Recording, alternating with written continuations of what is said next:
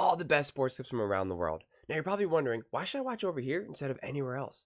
And that's because over there, they don't care about what you have to say. They say this all the time. They talk down to us. They think we're just a bunch of clowns on YouTube, Twitter. But I think it's the opposite. I think we know exactly what we're talking about. So I read every single comment. So if you think what I'm saying is the most ridiculous thing, let me know in the comments below. If you think what I'm saying is the most amazing thing, then definitely please let me know. Either way, let's get into some discussions, let's get into some fights, but ultimately, let's just have some fun.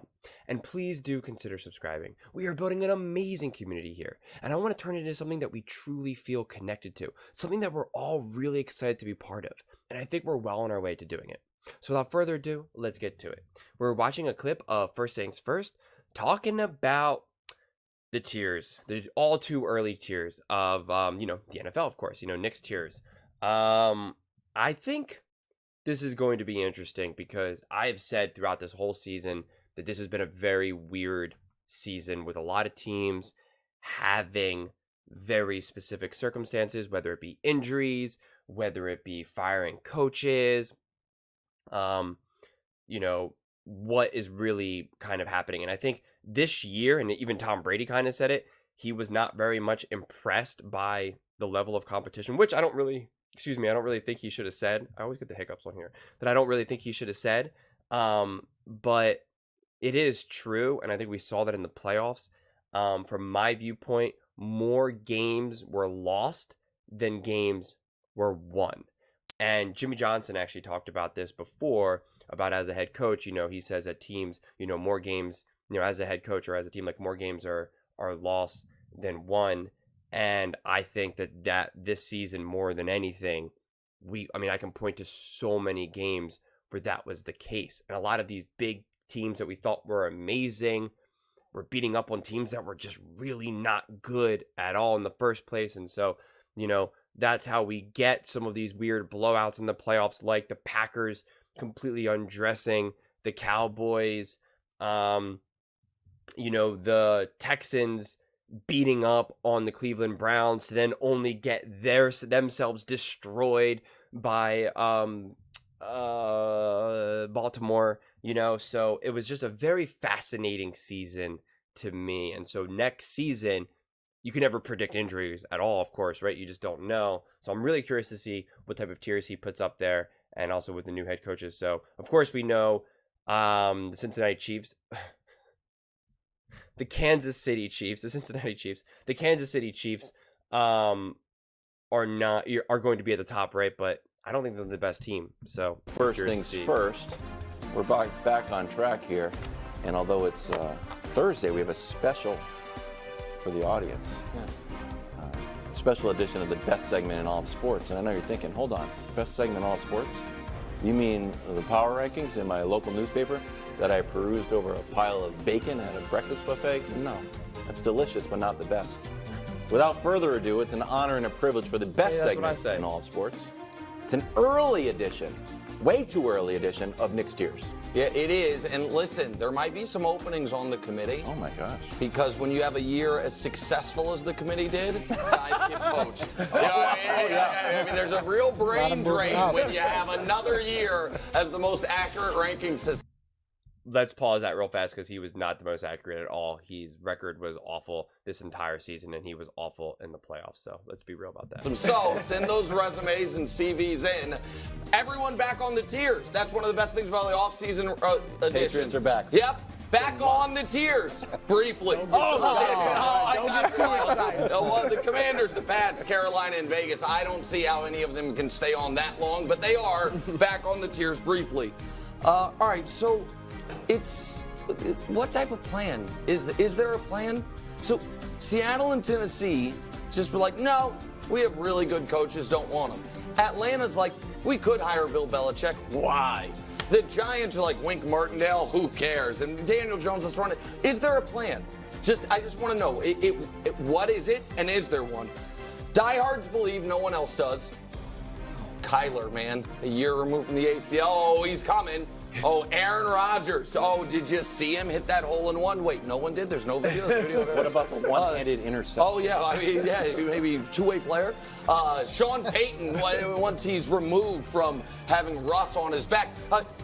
This is the year for the Vikings. Oh, and the Saints. The cap's fake. Derek Carr's good. Listen, the diehards believe, no one else does. Next, stuck in neutral. They'll be fine.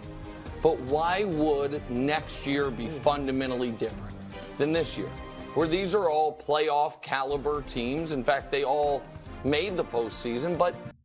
What an absurd statement. I knew he was going to put the Eagles too low. How are the Eagles stuck in neutral when one of the biggest issues they had was their offensive coordinator and their defensive coordinator and the health of Jalen Hurts, for that matter, who Nick Wright had admitted all season. Nick Wright kept saying Jalen Hurts does not look right. His knee is obviously hurt. The way he walks, the way he moves is not the same. And he even said, I wouldn't be surprised. This is his words. I wouldn't be surprised if he gets surgery in the offseason. So if that's true, and that's his own words that I'm using against him, they're clearly going to be better than this season. They're going to be a better team. They got a good offensive coordinator. I'm not going to tell you that he's the greatest offensive coordinator ever, but definitely better than who the Eagles had this past season. We got a true defensive coordinator. So the Eagles, for all intents and purposes, should be significantly better. Significantly better. And considering that they still were able to hold it together somewhat and still be competitive, even though I think it was largely misleading, which I pointed out also throughout the season, that I don't think that even though they're because people see that the Eagles, they claim that the Eagles collapsed, and I went and said that was a collapse. I think it was fool's gold throughout the whole season, that they were just winning these games, and that almost virtually every game they won, they could have lost, that they easily could have had a losing record on, and yet they still beat teams like the Bills. They still beat teams like the Chiefs. They still beat the teams like the Cowboys. You know, they still did those things. And so this season is, to me, is going to be much different. So I still have the Eagles as, you know, honestly, probably like a top 5 team. I mean, I have to think about it a little bit further. I want to see all the teams lay out there first, but that's the way I'm kind of looking at it. I'm okay so far with all the other rankings. I think Aaron Rodgers is a question mark. I think that's the biggest problem with the Jets. I think if Aaron Rodgers truly makes a full recovery, I think the Jets should be a pretty good team, actually. I really, really do. Same thing, you know, Kirk Cousins, I don't think he'll be able to play by the time the start of the next season based off of when his tear was, although I'm not sure. Kyler Murray, I think that's also a question mark with Arizona. But then again, you know, the bottom 2 tiers so far makes sense to me. Really, the biggest issue that I have is the Eagles. Although, again, it's weird that he has the Tampa Bay down there, because he was singing the praises of Baker Mayfield in Tampa Bay, and so that seems pretty low for his opinions. Not for my opinions, but for his opinions. You don't have real Super Bowl hopes for any of them as presently constituted. I know Eagle fans might take issue with that. We can discuss that in a bit. Young, hungry, very dangerous. That applies, in my opinion, to all of these teams. Obviously, they all have young quarterbacks that they Right, and that's what I just want to add. How can the Jaguars, the Colts, and the Bears all be ahead of the Eagles? The Chargers I get because they just got Harbaugh, and Herbert is an elite. Green Bay Packers, they're ascending. I think they have the potential to be elite. And of course, the Houston Texans as well. Stroud is going to be, second year in the NFL, so he's going to be hopefully more composed, more than he already was in the first place, and all of that. So, but I'm just failing to see how those teams are where they're at right there. I'm not anticipating Caleb Williams to light the NFL on fire just yet, especially because I'm not convinced of their offensive operation that they have. Now, if he had a coach like a Harbaugh or Peyton or someone who was clearly established that we know, but they still love their defensive-led teams, and I think that'll hurt Caleb Williams. Wrongly believe in. The Bears are about to, assuming they draft Caleb. They either have good rosters in place or the cap space to do it. Most of them have coaches you believe in. I think those teams are all going to be in the trendy, maybe not Super Bowl picks, but, to be very dangerous next season. Prove it in the playoffs, also known as the reverse Chiefs. Doesn't matter what you do in the regular season. We won't believe in you. Any of these teams could go 15-2, and you know what everyone's going to say? Got to see it in the postseason. Don't really care. I don't see how you could put San Francisco up there. I mean, I don't know. That doesn't make sense to me. The Bills, I understand. The Ravens, I understand. And the Cowboys, of course, I understand. But that's my point. How can the Cowboys be all the way up there? I mean, like, it's just like, that doesn't really make sense because they lost their defensive coordinator. And I don't see how theirs taken a step forward. So I don't understand how you can even remotely see the Cowboys on the same level as the San Francisco 49ers or the Bills or the Ravens for that matter. I mean, it really does not make any sense to me. I just don't see how the Cowboys made any progress from this past season into next season.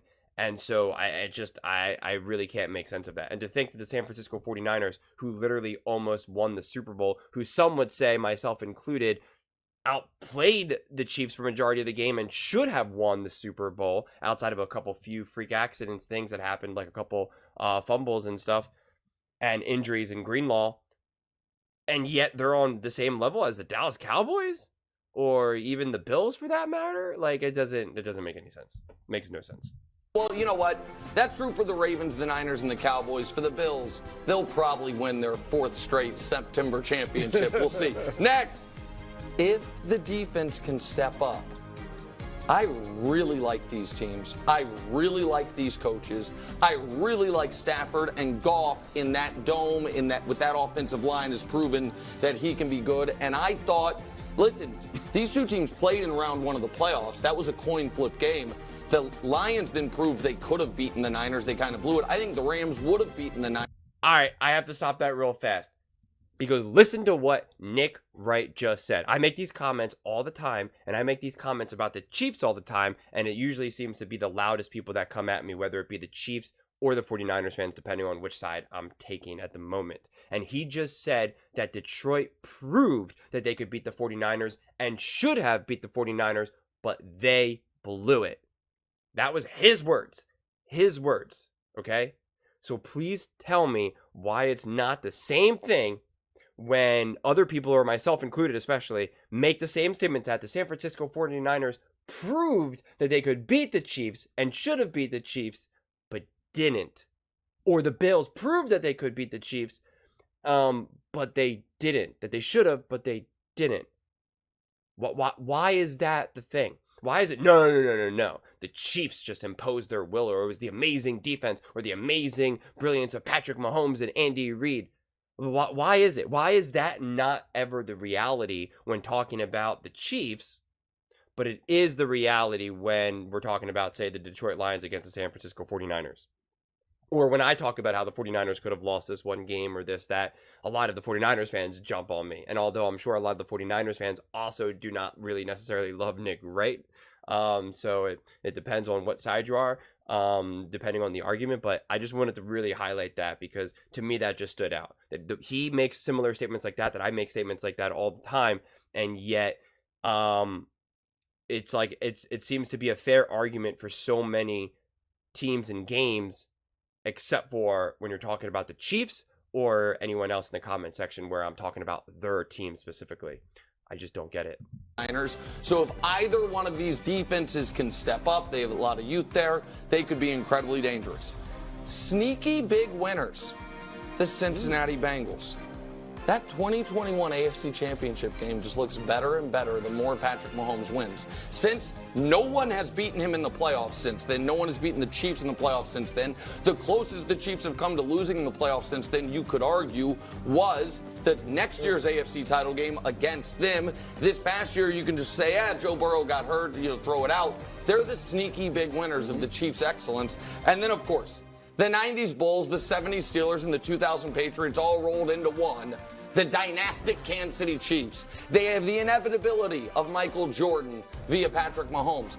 They are building one of the best young defenses of the generation, maybe a la the 70 Steelers, maybe not 7 Hall of Famers like that one, but we'll see.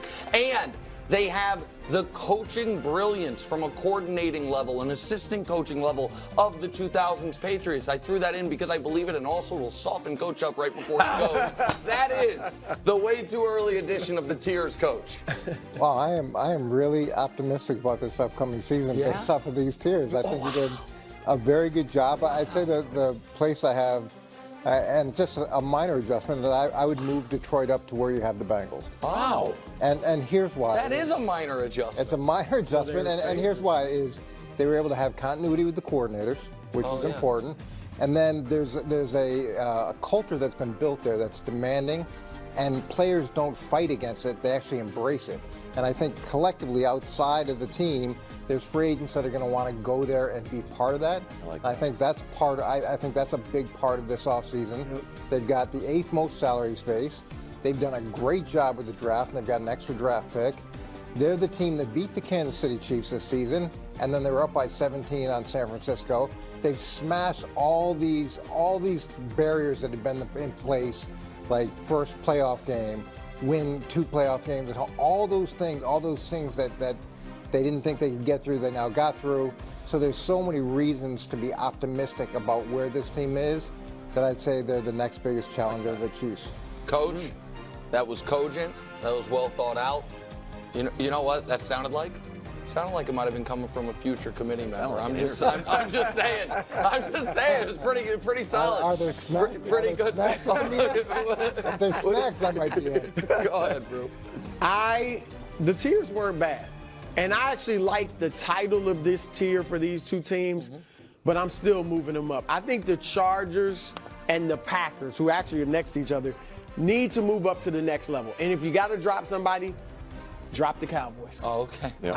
I'm not the Cowboys. They're going to do what they do. They'll be good, but I think the NFC is getting better. The Chargers, look, Jim Harbaugh, I think he's going to be good. And I know people got turned off, particularly other teams in that division, by him talking about multiple championships. But when he went to San Francisco, he took a team that was 6-10, hadn't made the playoffs in 8 years, and essentially were the same players: Alex Smith, Frank Gore, Patrick Willis, so on and so forth. And they went 13-3 and were in the NFC Championship the next year, his first year there. So I think they obviously have some talent. They got some things to figure out with the roster, but obviously you've got the quarterback. He is a quarterback whisperer. So I think the Chargers are going to be tough. And then I think Green Bay, I said it a million times, they were the youngest team to make the playoffs in nearly 50 years. Jordan Love is looking like a star. And some of those receivers are looking like potential stars too. So I think both of those teams are going to be serious threats. I think Green Bay will be a threat even to get to the Super Bowl. Wow. I'm not ready to give the Chargers that yet, but I definitely think a playoff team. So, okay. I think here, let's rewind so we can get the full tiers, although these are probably the most important ones. Well, I'll leave it at this because really my only gripe, if memory serves me correctly, is that I think the Eagles should be up at the very least to very hungry, young, hungry, very dangerous, although they're not necessarily young, so I would probably at least put them on, what do we got? 1, 2, 3, 4, 5 tiers there. And also, this isn't like the mountains, right, where it has to go by like 4, 3, 2, 1. So honestly, this is the way I'm looking at it right now. Kansas City is not, for next season, they are not in their own tier. They are not just by far better than everyone else in that regard.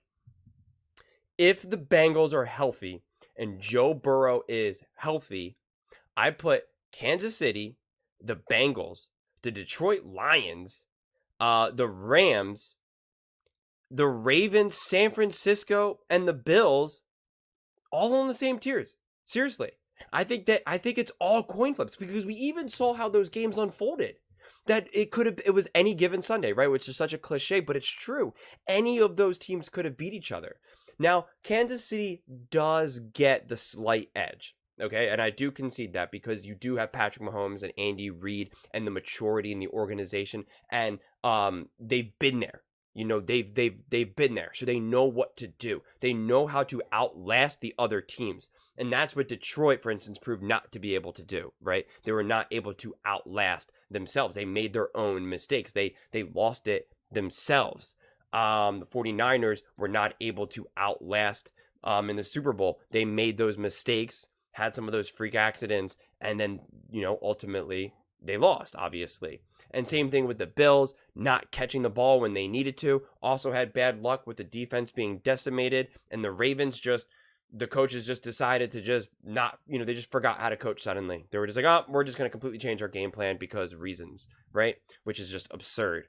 So that's why I would say that if that's why you have to give the Kansas City Chiefs the head of that, because you would then say, listen, Andy Reid doesn't make those mistakes. Patrick Mahomes doesn't make those mistakes. And that's true. So if you really want to still put the Kansas City Chiefs at the very top, then I would still put the Bengals, the Rams, the Detroit Lions, the Bills, the Ravens, and San Francisco 49ers all in the same tier, right underneath the Kansas City Chiefs. I would put it just ever so slightly, the Chiefs maybe ahead of those teams, just because they obviously have the experience and they know exactly what they need to do to win. But I think the Rams are going to be even better. I think the Lions will be even better. I think, of course, obviously, if Joe Burrow is healthy, the Bengals will be even better. And I think the Ravens also will be even better, because I think the Ravens learned their lesson. I think they got reamed out for abandoning the run game and all of that. And I think so they'll be better. I think the Cowboys are exactly who they've always been for the last few years.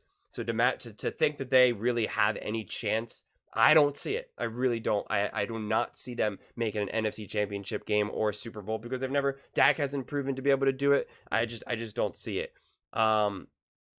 The Bills are also a question mark, because I wonder if they're going to finally dig their heels in, double down, and say, okay, we need to build a squad. We need to coach and do things correctly to take advantage of Josh Allen. Look what Patrick Mahomes can do when given the right tools and resources. We can do that with Josh Allen. Let's do it already. The big thing is will they actually do it? So I'm interested to see what they do this offseason. As good as the Texans played, I think you have to see them do it another year. This was only just 1 year, so you just got to see how will the Texans be. CJ Stroud, can they take that next leap? And because you got to ask yourself, what will it take for the Texans to be better? Does CJ Stroud need to be even better than he already was? Did D'Amico Ryans need to be a better coach than he already was? So again, it's like, do they have younger players that will be taking the next step up to get better? That to me is then the question of like, what will the Texans need to do? Because quite frankly, they looked like that they didn't belong against the Ravens. They really didn't. So it's just like, what are the Texans doing to get better? And then you have the Jaguars, and I guess technically the Jaguars were a tough team because Trevor Lawrence got injured, and they were playing pretty well, but then he got injured, which also helped the Chiefs. But and then there was also the other injury for their wide receiver. But I guess that kind of makes the Jaguars seem a little fragile, because I can't think, what was it, Kirk, who got injured, his main target for the Jaguars. And as soon as he went down, the Jaguars just really looked difficult, right? Like, Trevor Lawrence really didn't look resilient in those situations. And I think Trevor Lawrence is a good quarterback and could one day be an amazing quarterback. But again, the resilience to me isn't there. Like we saw the resilience with even the Bengals, honestly. The Rams, we saw the resilience. The Bills, we saw the resilience. And the Packers is also interesting because Jordan Love played great and the Packers played amazing in the second half of the season and played great, obviously, in the playoffs. And so the real thing is will they continue to grow? Is Jordan Love now comfortable? Right? He was playing good and doing good, but was he even comfortable in those games? I would argue not necessarily. I would say that he was succeeding, but he wasn't like, I got this. Don't worry, right? Because you only have that confidence after you've done it. After you've done it multiple times. That's why Patrick Mahomes is so confident, because he knows, I've done this. I got this. I've been here. Same thing with like a Joe Burrow. And a Matthew Stafford. There's just that confidence that I'm really interested to see if Jordan Love has that, because I don't know if Jordan Love starting this next season is like, that's right, I'm the dude. Like, I am here. I belong here. I think there's still the feeling of, is he the dude? Is he not the dude? Right? Because he didn't play a full, complete, amazing, bona fide season. So I think that'll be really interesting. I'm kind of reserving my judgment for the Packers, but although I said I really do think that they have potential to truly make some moves, kind of like what Brew was saying, where not necessarily going to make a Super Bowl pick, but like there's the actual potential. So that's the way I see it. And Caleb Williams, I think he can be an amazing quarterback, but I think the problem is that he is being drafted by the Chicago Bears, and I think Caleb needs to have some true, mature, big minds around him, right? He needs the Andy Reid, the Sean McVay, the Shanahan. He needs those people around him, and doesn't seem like he's really going to be getting that with the Bears. So if there is some adversity, I could see that quickly going wrong. Where on the other side, when you have a McVay, when you have an Andy Reid, when Patrick Mahomes faced adversity, yeah, Andy Reid be like, calm down, child. I got you. We got this, right? Like, again, you see Andy Reid's butt touching Patrick Mahomes on the bench. They can't physically get any closer. And they're just like, he's just there, like, let's do this. That is the wisdom and the most amazing thing that you get out of Andy Reid that I think someone like a Caleb Williams would really need, based off of me watching him in college and seeing how emotional he can be, which I'm not hating on. I think that's fine, but you just need the mature hand, the coach that is actually confident and comfortable in their position, which I don't think the Bears have, right? The Bears could easily fire their coach mid-season, okay? So I think that's why you also can't put up the Bears right up there. But maybe Caleb Williams proves to just be so transcendent. And my last point is about the Chargers. I've been banging this drum too. I think the Chargers are really, I think Justin Herbert's amazing. I think Harbaugh's amazing. I think they will be amazing together. But to me, that's like a 2-year plan, 3-year plan. You can't necessarily expect. I think it's possible that Harbaugh can step in and right off the bat, the Chargers are here and they're like, let's go. But a lot of times it usually takes like a year or two to kind of get things right. You got to build the team. Harbaugh's trying to get the team together. He's trying to get pieces. It all depends if he can get those pieces. Sometimes those things can kind of take a minute to get settled. And I know that the Chargers have kind of like a tough salary cap type situation in draft picks. And, it's kind of a messier than I think the average person may realize. And the people who are smarter than me, who understand all of those issues way better than me, have said, listen, this is, there's a lot of things going on the back end that have to be taken care of. So that why maybe it might not be next season, but, the season after that, when the Chargers can really be seen as like a true threat. But I'm excited to find out. But what do you guys all think? What did you think about these tiers? Do you think that it really is the Chiefs #1 and then the Bengals and then, everyone else faltering?